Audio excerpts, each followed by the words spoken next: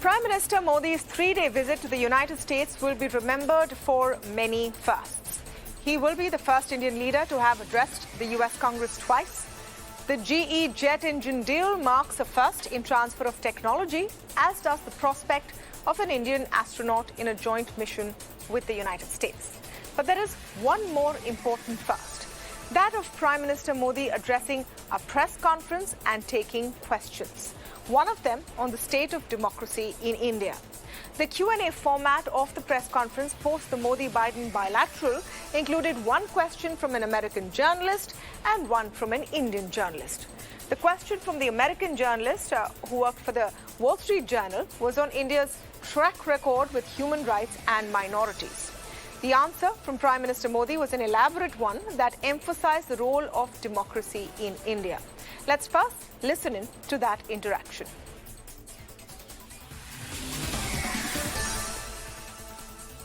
India has long prided itself as the world's largest democracy, but there are many human rights groups who say that your government has discriminated against religious minorities and sought to silence its critics.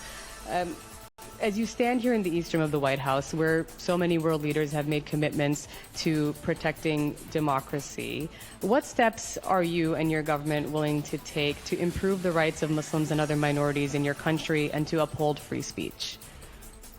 मुझे आश्चर्य हो रहा है कि आप कह रहे हैं कि लोग कहते हैं नहीं, भारत डेमोक्रेसी है।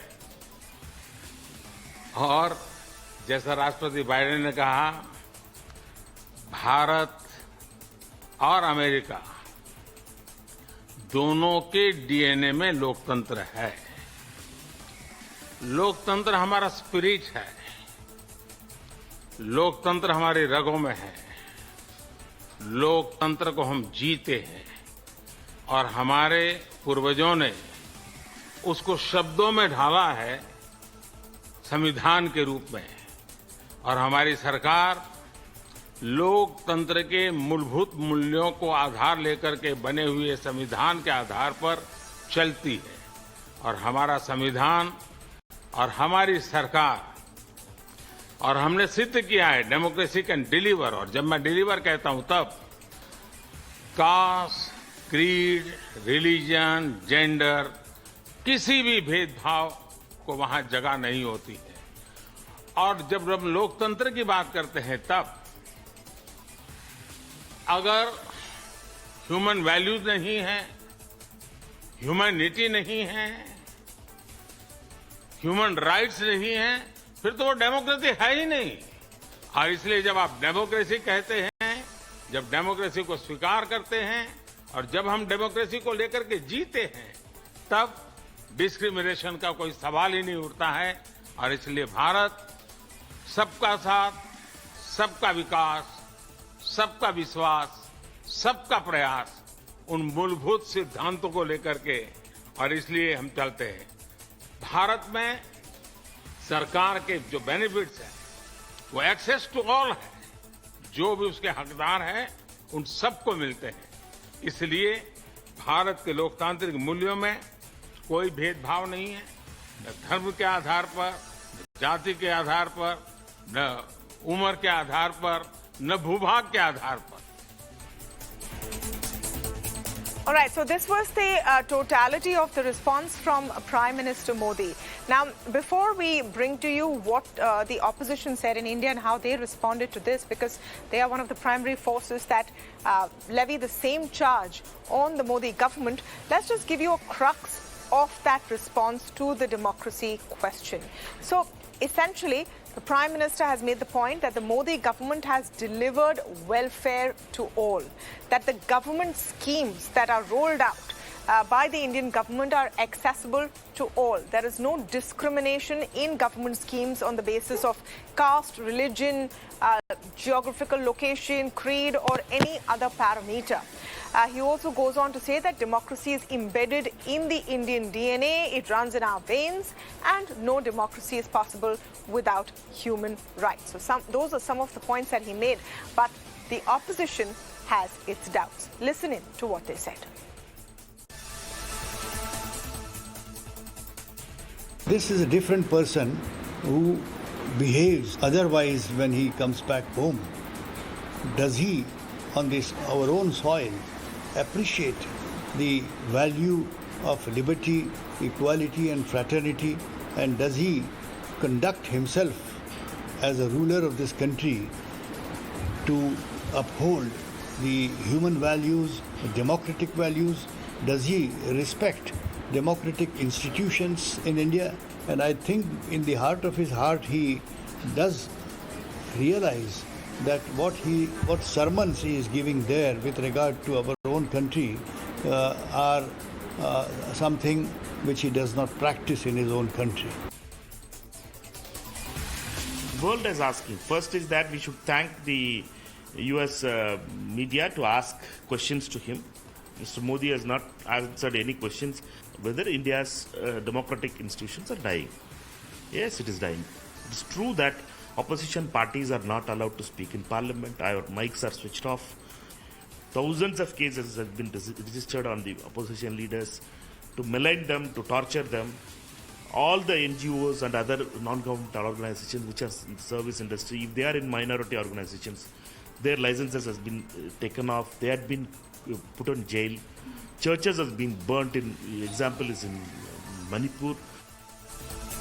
तो जो डीएनए की बात आप करते हैं, लोकतंत्र तो है, लोकतंत्र में सबको बराबरी का हक है, पर ये आपने क्या किया है? क्या यहाँ पे लागू है या नहीं लागू है? इसका जवाब आपको देना चाहिए।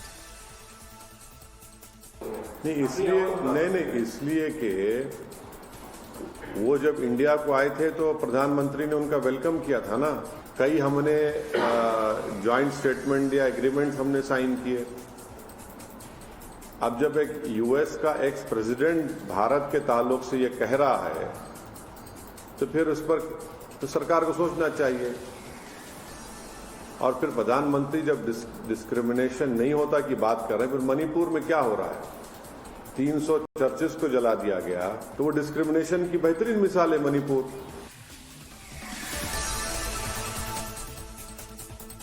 The voices coming in from the opposition who have been saying that response is not enough. We're going to have a detailed conversation on this. Sanjay Jha, author, joining me on the show. I'm speaking with Sanjay Hegde, senior advocate, Ratan Sharda, author, and Anurag Naidu, author, joining me on the show. Let me go across fast to Sanjay Hegde.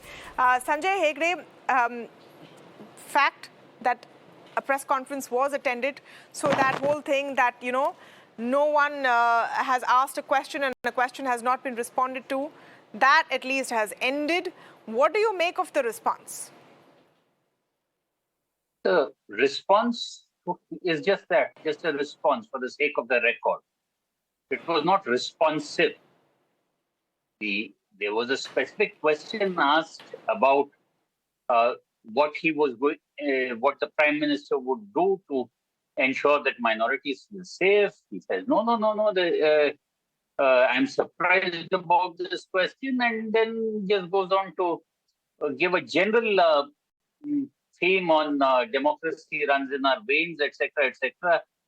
And even what the Prime Minister has been said what he said has been negated just now by the Chief Minister of Assam, where he says that there are many Hussein Obamas in India itself. We should prioritize taking care of them before considering going to Washington. Now, this kind of dog whistling from Chief Minister of a major state to the former President of the United States from the same party as the current President, whose hospitality you've just enjoyed, there seems to be some kind of disconnect, right? And I think that it's good that the Prime Minister has taken one question. Maybe he should... I'm just going to stop you there because we have Prime Minister Modi making an address right now. Let's just cut in. And I'm very pleased that under the leadership of President Biden, technology, understanding the importance. और भारत का युवा विशेष करके talent के कारण आज विश्व में अपनी पहचान बनाता है। तो टैलेंट और टेक्नोलॉजी का ये मिलन मैं समझता हूँ अपने आप में एक उज्जवल भविष्य के लिए गारंटी लेके गया है। ये सुबह कुछ ही मित्रों के बीच की है, लेकिन ये शुभ है, उज्जवल भविष्य की गारंटी लेकर के आई है। और मैं राष्ट्रपति बाइडेन का इस महत्वपूर्ण, भले ही छोटी हो, लेकिन मैं कहता हूं ये होनहार है, ये शानदार है और ये धारदार भी है, और ये आने वाले भविष्य को बनाने वाली है। और इसलिए एक उज्जवल भविष्य की आशा अपेक्षा के संकल्प के साथ हम सब लोग राष्ट्रपति बाइडेन का जो विजन है, भारत के जो एस्पिरेशंस है, राष्ट्रपति बाइडेन के पास जो ताकत है और भारत के पास जो संभावनाएं हैं, उन सब को लेकर के आगे चलने का एक मक्कम निर्धार का ये अवसर है। और इसके लिए मैं सचमुच में मेरे मित्र रहमान को बहुत अभिनंदन करता हूं कि उन्होंने भारत की यात्रा की, काफी समय निकाला और उन्होंने खुद ने जो अनुभव किया और उन्होंने आकर के यहाँ इसको आगे बढ़ाया। मैं आपका भी आभारी हूँ और राष्ट्रपति बाइडेन जी का जितना आभार करूँ उतना कम है। मैं फिर एक बार आप सबका बहुत बहुत धन्यवाद करता हूँ। धन्यवाद।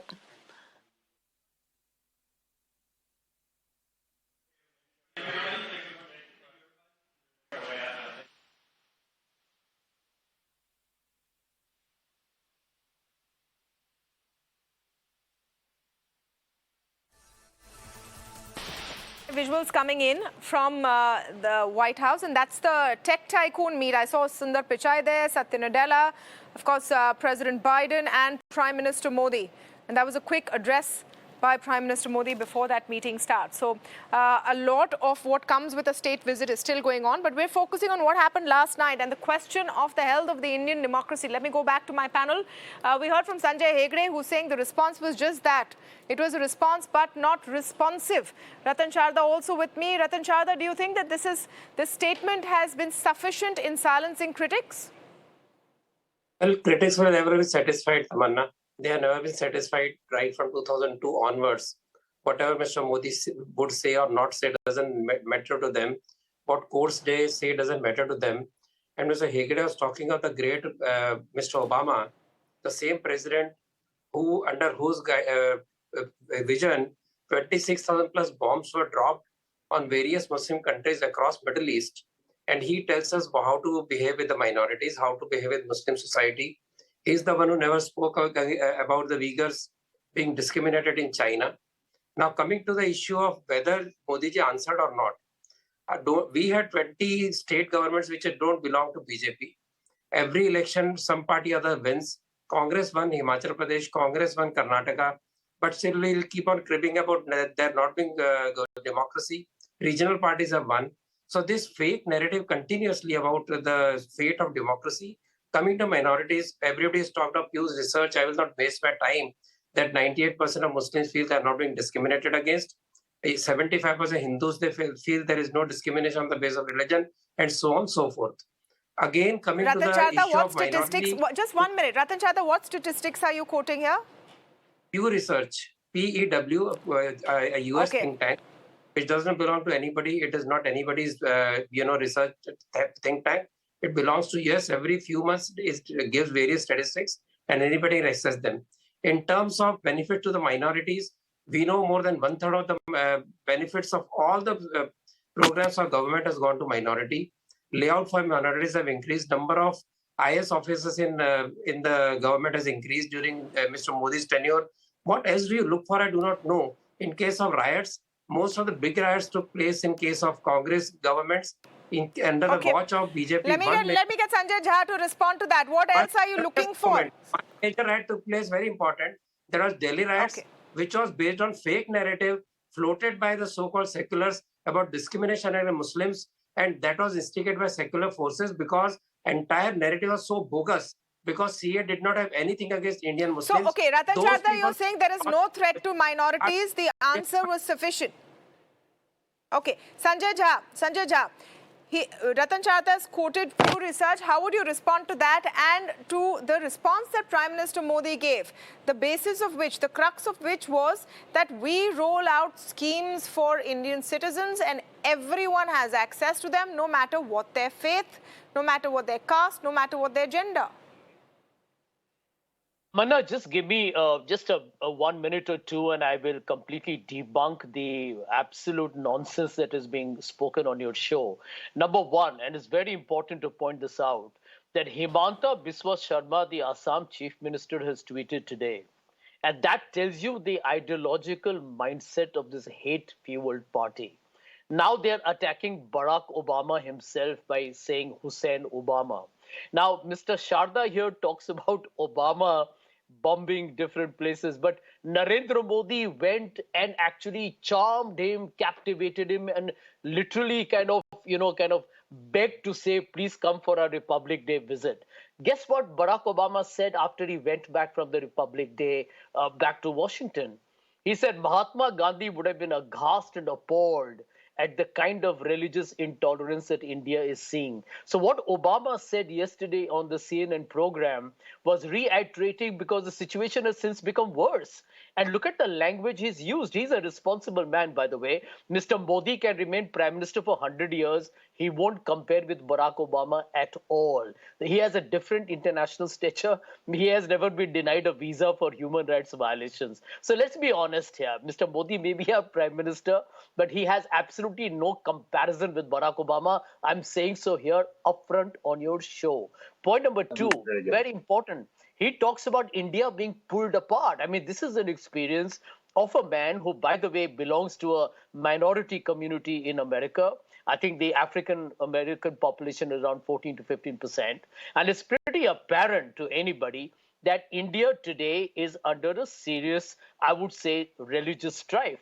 Bernie Sanders, a presidential candidate, says the same thing. There are 73 US lawmakers who boycotted the event. And let's be honest, the invitation to Mr. Modi was sent because he's the Prime Minister of the country. Don't forget, Tamanna, that Mr. Modi was banned from visiting the United States and other countries. Like you said, he's gone there as the Prime Minister of the country, right? That's right, Sanjay. He's gone there as the Prime Minister of the country. He has been feted as the Prime Minister of the country, and he's responded as the Prime Minister of the country. We're asking today, is that response an adequate one? Ratan Sharda wants to reply. Okay, Ratan Sharda wants to reply to the points you've made. You know, we are a democracy, and proof of it is in the debate we're having today. So and that kind of a debate is raging on in the United States as well. Okay, 1 minute. Ratan Sharda. For the last 10 years, we have been debating on various TV channels, including Mr. Jha and myself and everybody sitting here. On every channel, for last 10 years, everybody's been abusing Modi ji, criticizing Modi ji. None of them has ended up in jail. Everybody's thriving, everybody's wonderful time. So we should be very grateful we are not in jail. No, 1 minute. We should be grateful we are not in jail. Thank you. Thank you. Let him finish. Sanjay, let him finish. Let him finish. One by one, please. I want to come back to him. I'm not, but give me due chance. I'm a proletariat, unwashed millions. I'm not intellectual like you. Let me speak now. मैंने आपको टोका था क्या? Please make your point. Please, in brief, I request everyone on the panel to be brief with their comments and not like spend airtime in getting at each other, because that gives the viewers nothing, frankly. So let's just please make our points. Yes. So, talking of India being pulled apart, India was pulled apart by the same Islamist forces, jihadis, in 1947. It will never happen again. That's the bitter truth that everybody has to digest. Coming to this gloating about Mr. Modi's not being given visa, we should be rather embarrassed that for USA at least, that they went for a negative narrative and that resulted in not giving visa and coming back. Thirdly, Mr. Obama, that's the point that Mr. Modi has proven there are no permanent personal relationships. It's purely a state-to-state relationship. So if it's India and USA which are benefiting with each other, where's Obama, where's Biden, where's Trump, we will do business with any of them. Now, the boycott of 75 MPs, the leader of that particular group, Pamela, was sitting there in the audience. She gave standing ovation. So I don't think anybody boycotted. And of all the numbers, if a few do boycott, that does not make difference to where India and US lead to. You can ridicule, you can do whatever.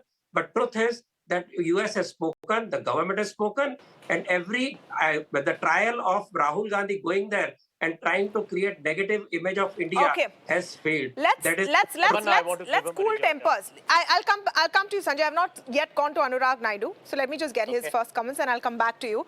Let's just get cool tempers a bit on this and remember what Biden said on that question. That question was posed to Biden and to Prime Minister Modi. And Joe Biden said that the reason we have a good relationship with India and not so much with China is that because as a democracy, as two democracies, we can speak to each other about it. What that indicates is this was possibly brought up at some level or the other, possibly, I don't know, Biden or Modi, but at some level or the other, this was brought up. So Anurag Naidu, we know there are concerns in America. There are concerns among the opposition in India as well. Is the response that the proof of no discrimination lies in the rollout of government schemes enough? I come back to the real question, and let's stay away from rhetoric and answer the real question. How do you define a lack of discrimination? Is the even-handed rollout of government schemes the only criteria for this? Yes, Tamanna, let's be fair. First of all, at the outset, Tamanna, let's be fair to Mr. Modi. When we say Modi ji, the questions nahi lete, Modi ji media se nahi baat karte. And certain section of Indian media has a lot of respect for Western media, Tamanna. Like, a lot of respect. So now when he's in America, the favorite land of all the so-called journalists who are, speaking about him, there were two questions. One of them very primarily, there were a lot of people who were celebrating, "Acha bhaiya, bahut acha question aa gaya. Let's see what he has to say." Now, coming to this main point, Tamanna, I would not even like to say any reference about the government scheme. But my question is very simple. And that's what Mr. Modi was trying to say. The crux of his response was, what makes you think that minorities are not treated well in India? Give me one example when minorities under the last starting from 2014, were persecuted. One example where minorities were, attacked. I can give you 100 examples where Hindus were attacked. Some other, I don't want to take any Sanjay name Hegde of will have communities. 100. I cannot name of. No, that's fine. I can take names. I'm in Karnataka. I can take names. So, but then again, it will take into some different direction. I really don't want to shift my direction, Tamanna. But what I'm very worried about is we every time talk about Mr. Modi being denied visa by the US or based on human rights violation. Let's be very clear to Mr. Sanjay Jha also. Mr. Modi, 2002 we talk about, there was a Congress government till 2014. What did you do? There was the court ruling. That court ruled him very clean sheet, gave him a clean sheet. You don't have belief in your own Supreme Court. And if 300 plus MPs a person gets 2 consecutive times, it doesn't matter whether America gives him visa or not. 150 crore Indians, they stand with him. Okay. So is that not so enough validation? Democracy is alive because there are elections and people choose. Sanjay Hegde, if I bring it down to that, and let me ask you the same question. What is the parameter of no discrimination? And the parameter that the Prime Minister hinged his response on was that look at the rollout of government schemes. If we build infrastructure, it's for everyone. If we have schemes, it's for everyone. If we have digital transactions growing, it's for everyone. Is that the right parameter to look at? And then could someone argue that the rest of the points that people make, that minorities are attacked, etc., are law and order situations that the law is dealing with? Well, first and foremost, let me put it this way. To say that we have democracy because we have elections is like saying that, that there is a marriage because a wedding ceremony has taken place. The elections are no doubt important, but what happens between elections, the running of a government according to a constitution, according to the rule of law, is what determines whether a country is democratic or not. Some panelists were saying that, please give me names. We start from Mohsin Khan, right very soon after Mr. Modi was sworn in. Then you go on to Akhlaq. Then you go on to Junaid. You go on to case after case after case of people who were killed simply because they were Muslims. And please ask yourselves also what has happened to the prosecutions. How many people have actually been punished for their offences? How many people have got temporary bail and thereafter been garlanded by ministers of the government? Please, this is just one example of discrimination. Then to say that, we've created these facilities is that people are there, they can just walk on the same road, is not it. The question is, have you created an atmosphere of fear? Have you created an atmosphere where people are looking over their shoulders or are worried about what they will say, what people will listen to? That is the true test of a democracy. How fast are your institutions responding to failures of the democratic process? Does your Supreme Court continually say that, look, there is hate speech and that the governments concerned are doing nothing? Do we have Dharm Sansads which actually say, kill these people, do not Let deal with Anurag them? Naidu respond. Let Anurag Naidu respond. Tamanna, you should have interrupted him when he said, we should, Tamanna, let me be very honest, on national TV, I'm not interrupting anyone. I'm giving everyone a fair chance to speak, including you. I'll tell you why, Tamanna, you have to hear to me. Mr. Hegde cannot generally say that just because somebody was Muslim, he was killed. I really challenge him. It's a very strong objection. He is the one who's inciting violence. Do you have any court ruling that says they were killed because they were Muslims? How can Mr. Hegde say that? How can Mr. Hegde take the names of a community? You can't do that in India, sir. I'm so sorry to say that. And according to the Constitution, if the government is not running, tell me one ruling, tell me one case they have gone against the Constitution. You are a lawyer. Why don't you go to the Supreme Court? Tell me how many cases you have gone to the Supreme Court and the Supreme Court said, yes, the government has not worked as per the Constitution. Why are you spreading hate? The one person who is spreading, this kind of the sentiment of fear, the sentiment of violence, it is somebody like you, Mr. Hegde. I'm so sorry to say that. But you cannot take generalized names. It really incites violence. It really incites passion. And people in a very peaceful country like India, you have to be very calculated in what you speak. Everybody has equal opportunities. If they are not, the courts are there. The courts have always come in and the courts have always made comments. And if you really feel so, why don't you fight it out? And if people feel that they are not comfortable, they would not give this landslide thumping majority to one person. So if that is not going down well, the fact is that there are elections, there are state elections, and in Karnataka we've seen a very different kind of a result. Sanjay Hegde, as you respond to Anurag Naidu, still have 25 MPs. Does that show that democracy is alive and kicking? But Tamanna, one second. I come back to the same let point. Hegde respond. Talking to Mr. Modi, he has 25 MPs in Karnataka. And I do not want to be interrupted. Okay, I come back to the same point. The fact that you have elections does not necessarily translate to the fact that you have a working democracy according to the Constitution and the rule of law. Each of the names that I have given out, what has happened to the prosecutions?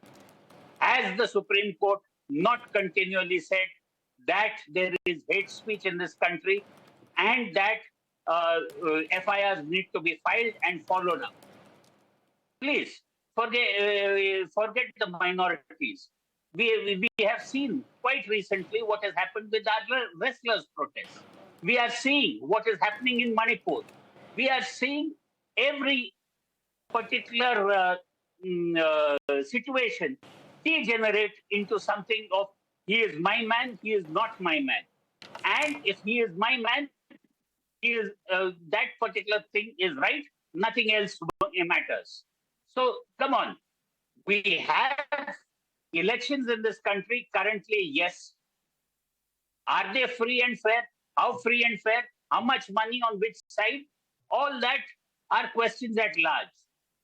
But the fact that you have an electoral majority does not necessarily translate into saying that you have a country running on the rule of law and in accordance with democratic norms. That's like saying, just because you've had a wedding, that you are conducting a marriage. And you know that that is not true. Okay, clearly this is a contentious issue which we cannot resolve in a half-an-hour program with 4 great speakers. So I will have to wrap it here as we continue with our coverage of what's happening in the United States. But, since we're talking about democracy and the role of the opposition, there was an important opposition meet today. 17 parties have come together. They've pledged that they will fight the elections together and resolve their differences. And of course, one of those leaders on the dais was Lalu Prasad. Now, we've been covering on the channel what that opposition meet said and did, but as I go into a break, I'm going to leave you with this little quip on a lighter side from Laluji prodding Mr. Rahul Gandhi to get married. Take a look.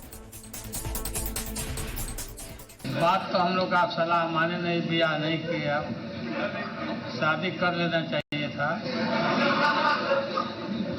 और अभी भी समय गया, बीता नहीं है। शादी करिए और हम लोग बराती चलें और शादी करिए, बात मानिए। आपकी मम्मी हमको बोलती एकदम पक्का करना पड़ेगा। मम्मी आपकी बोलती थी कि आप हमारा बात नहीं मानता, शादी करवाइए आप। अच्छा